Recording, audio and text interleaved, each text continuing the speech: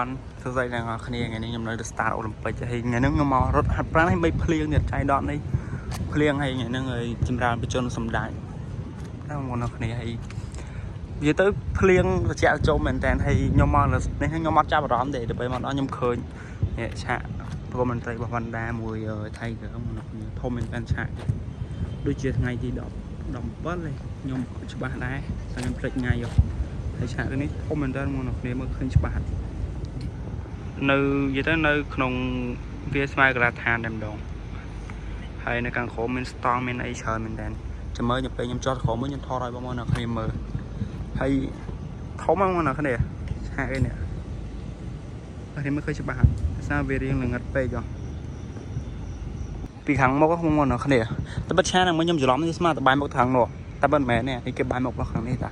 ហើយនេះអ្នកទស្សនាគេយើងអាចអង្គុយមើលនៅលើ Star បានគឺទំនងមែនតើហើយមើលខ្ញុំច្រឡំមែនខ្ញុំច្រឡំស្មានតែឆាកគេនឹងបាយមុខទៅណោះតែបិទមែននេះគេបាយមុខមកនេះទេបាយមុខមករកអអរមសាហ្នឹងគ្នាហើយឆាកគេមើលធំខ្ពស់នេះឃើញអត់ហើយឡើងនេះឡើងអ្នកគ្រប់ត្រូលអាចអង្គុយបានអីហ្នឹងចឹង